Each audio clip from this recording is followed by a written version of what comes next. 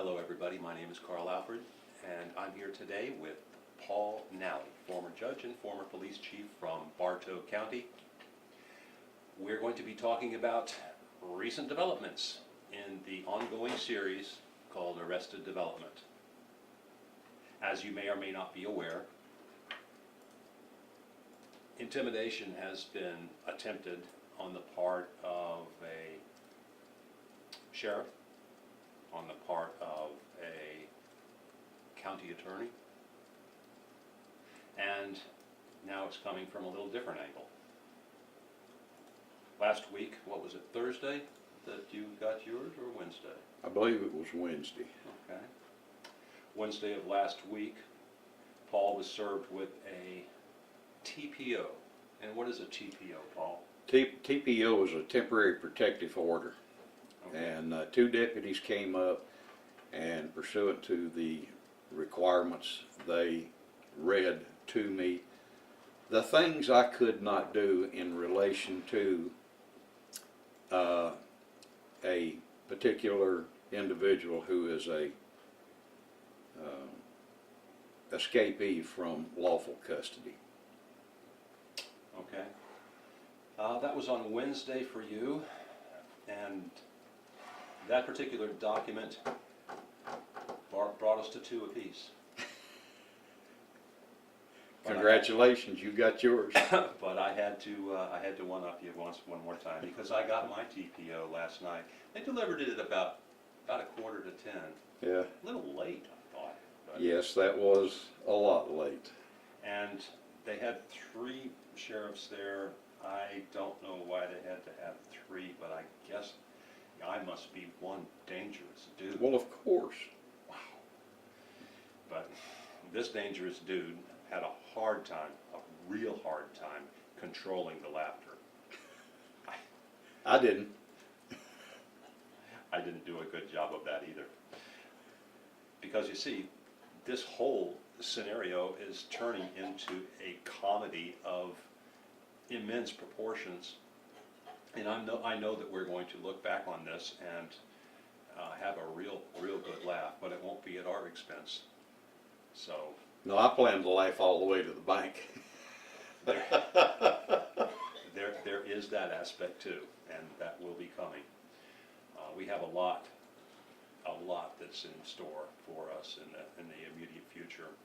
But I was served by Henry County, you were served by Bartow County. And the interesting part about this TPO is that it references me more than it does you. Well, I must admit to a little tinge of jealousy when I started reading her affidavit, and the vast majority of it concerned you. If she's going to serve me with a temporary protective order, you would think she would address me and not your entire history.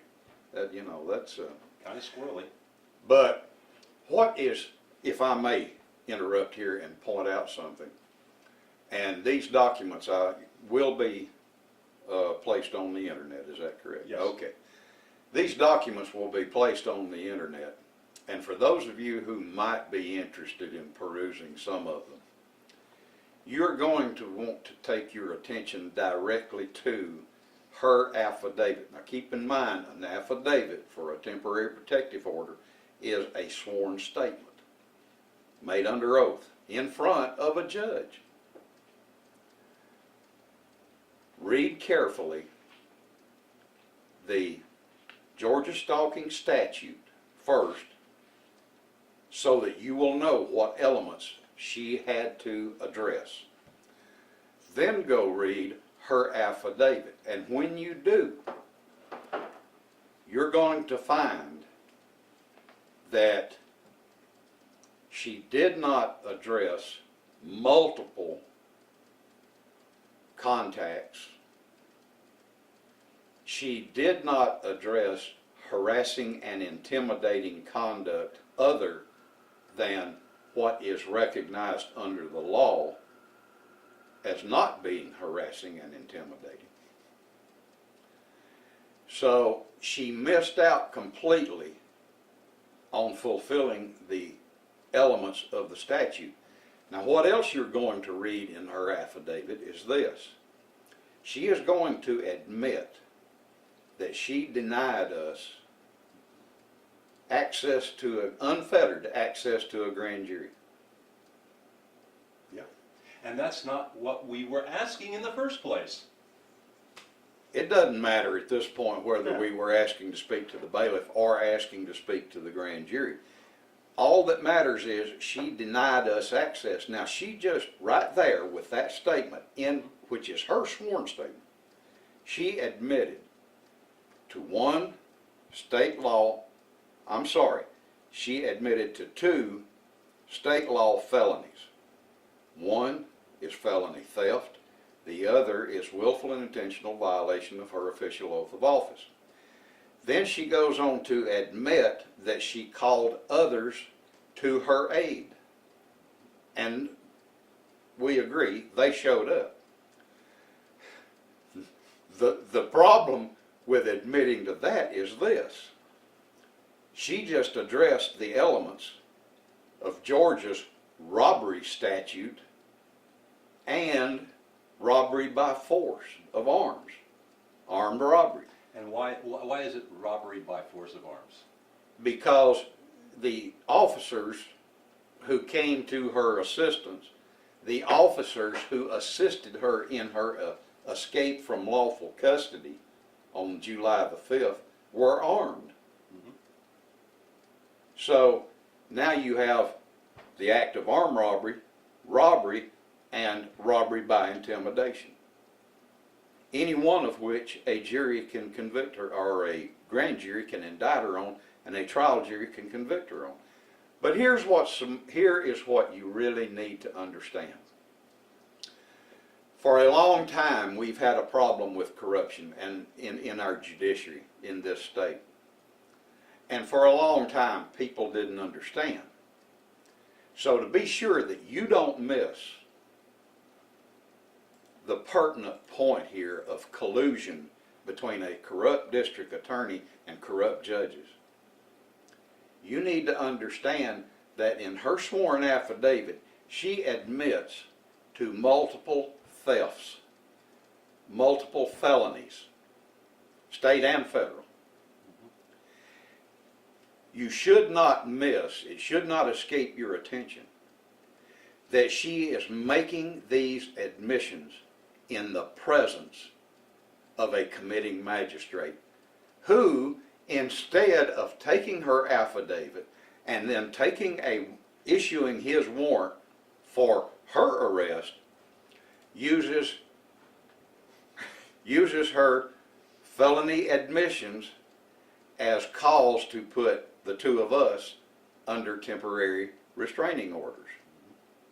With, I'm sure she's hoping come Wednesday, she's going to turn that into permanent protective orders. Yeah. Well, I mean to see that, and I will say this right now, if she has little enough sense to show up in Bartow County Superior Court Wednesday, August the 10th, she will be rearrested on the additional felony charge of fleeing lawful custody. And the court will be made aware that she is prior arrested, and that arrest has not been removed as a matter of law. That arrest, original arrest on July the 5th, remains in force and effect because she absconded from lawful custody. With help. So, and she had help, and by the way, there will be a stack of applications for warrant hearings for everyone that was involved in aiding and abetting in the escape of the accused felons on the night of July the 5th. And we have really no time restraints here. This can be done at our leisure as long as it's done within a reasonable period of time. But you see, they're keeping us a little busy with this this TPO. Well, the nice thing is from the date of her taking the TPO, I have technically 30 days, but the court set half of that, 15 days later, for a hearing. But we are entitled as a matter of law, because this is a civil suit, even though her civil claim for a temporary protective order is a civil matter, she is predicating it upon a criminal complaint, which never occurred.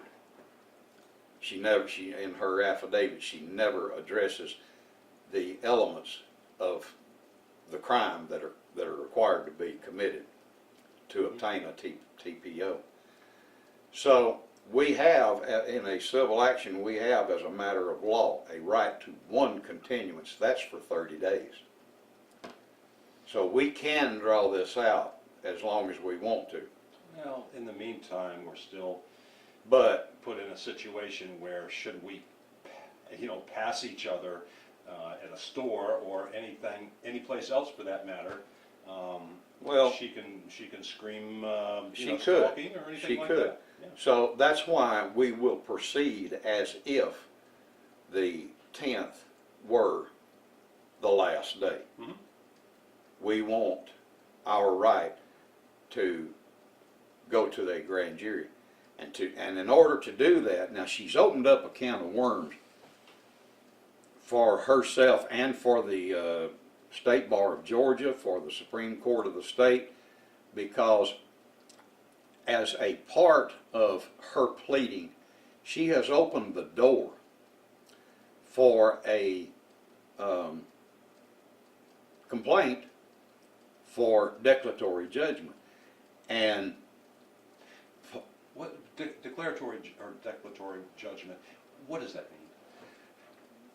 a declaratory judgment is where a judge declares, as a matter of case law, Mm-hmm.